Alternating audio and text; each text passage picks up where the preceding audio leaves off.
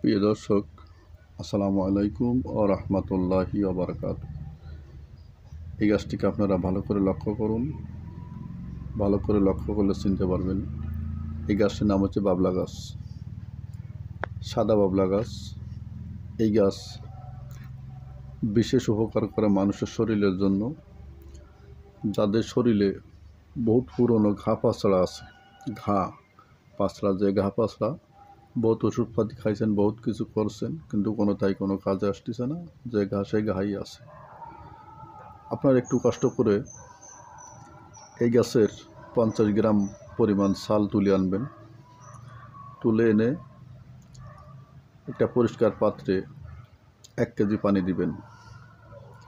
1 KG পানি দিয়ে এই ছালটাকে জাল শুরু করবেন। ঘড়ির টাইম ধরে ঠিক 30 মিনিট জাল দিবেন। 30 মিনিট জাল দেওয়ার পরে নামিয়ে ওই পানিটা দিয়ে আপনি আপনার ঘাটা ভালো করে ধুয়ে ফেলুন। প্রত্যেক দিন একবার করেন, নিয়মিত কয়েকদিন করেন, ইনশাল্লাহ 1-2 দিন করলেই আপনার ঘা শুকানো শুরু করে দেবে। আপনি যদি পারেন 1 সপ্তাহ করেন, ইনশাল্লাহ কোনো ক্ষতি নেই। 100% উপকারী গাছ, কবিরাজি বই থেকেই দিলাম, বাজে কোনো কথা বলি নাই, আপনাদের উপকারের জন্য দিলাম। বাবলা গাছ ভালো করে দেখেন। বাবলা গাছ আমি একটা ডাল সংগ্রহ করে নিয়ে আসছি অনেক দূর থেকে। গাছে দেখেন কাটা কাটা আছে, ভালো করে চেনেন, চিনে তারপরে ব্যবহার করেন।